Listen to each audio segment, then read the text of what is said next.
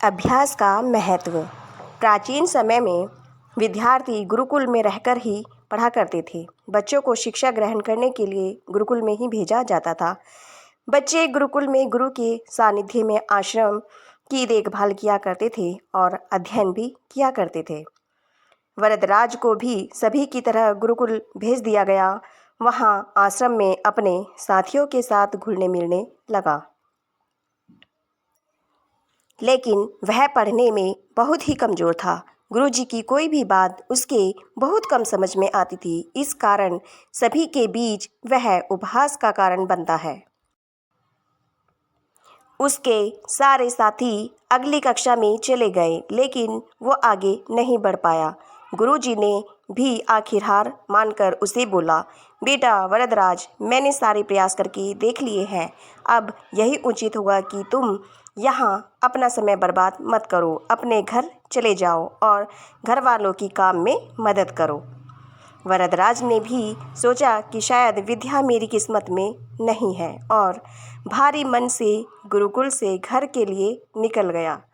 दोपहर का समय था। रास्ते में उसे प्यास लगने लगी। इधर उधर देखने पर उसने पाया कि थोड़ी दूर पर ही कुछ महिलाएं कुएं से पानी भर रही थी। वह कुएं के पास गया।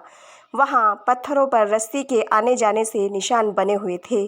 तो उसने महिलाओं से पूछा, यह निशान आपने कैसे बनाए? तो एक महिला ने जवाब दिया, बेटे यह निशान हमने नहीं बनाए।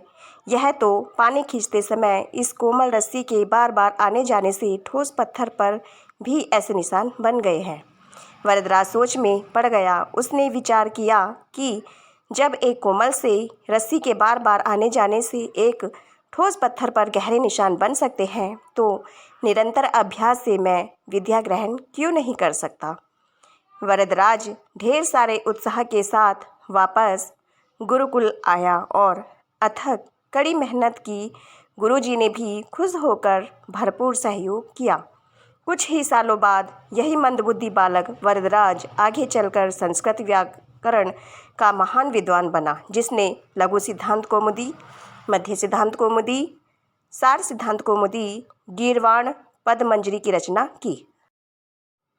शिक्षा दोस्तों, अभ्यास की शक्ति का तो कहना ही क्या है। यह आपके हर सपने को पूरा करेगी। अभ्यास बहुत ज़रूरी है, चाहे वो खेल में हो या पढ़ाई में या किसी और चीज़ में। बिना अभ्यास के आप सफल नहीं हो सकते हो। अगर आप बिना अभ्यास के केवल किस्मत के भरोसे बैठे रहोगे तो आखिर में आपको पछतावे के सिवा और कुछ हाथ नहीं लगेगा।